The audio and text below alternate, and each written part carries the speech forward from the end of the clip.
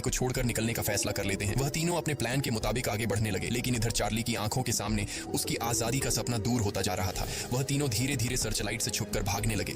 इस तरह से वह छुप छुप कर बिल्डिंग के एंड पर पहुंच जाते हैं। तभी सेल में बैठे चार्ली के दिल में जोश आता है और वह भी भागने का इरादा कर लेता है। वह अपने वेंट के रास्ते से निकलकर ऊपर छत तक पहुंच जाता है, लेकिन अब बहुत देर हो चुकी थी, क्योंकि वह अकेला वहां ऊपर के उस दरवाजे तक नहीं पहुंच पा रहा था। यानी उसने अपनी आजादी का मौका डर की वजह से गंवा दिया। दूसरी तरफ वह तीनों छत पर पाइप से लटक कर नीचे जमीन पर आ जाते हैं और टावर में बैठे सिक्योरिटी गार्ड की नजरों से बचते हुए जेल की आखिरी दीवार तक पहुंच जाते हैं। और फिर वह तीनों बारी बारी उस फेंस की दीवार पर चढ़कर जेल से बाहर निकल आते हैं। अब वह तीनों तेजी से दौड़ते हुए समंदर के किनारे आ गए। फिर वह तीनों रेनकोट को निकालकर उसमें मुंह के जरिए हवा भरने लग जाते हैं। मुंह से भरने में उन्हें काफी टाइम लग रहा था, लेकिन इसके अलावा उनके पास कोई दूसरा रास्ता नहीं था। इसीलिए वह तीनों अपनी पूरी जान लगाकर जैसे तैसे करके रेनकोट से बनी ट्यूब बोट को आखिरकार फुला देते हैं और बोट को पानी में डाल देते हैं। इस तरह से यह तीनों अल्काट्राज के रुतबे को मट्टी में मिलाते हुए भाग जाते हैं। अगली सुबह एक गार्ड हर सेल को चेक कर रहा होता है। शुरुआत में गार्ड को सब कुछ नॉर्मल दिखाई देता है, लेकिन जब वो चार्ली के पास पहुंचते हैं तो चार्ली अपने सेल में भूत की तरह खड़ा होता है और दिल ही दिल में खुद को ताने दे रहा होता है कि काश कल रात को थोड़ा सा हिम्मत जुटा लेता तो शायद बाकी लोगों के साथ बच निकल जाता। गार्ड पूछता है कि तुम्हारा दोस्त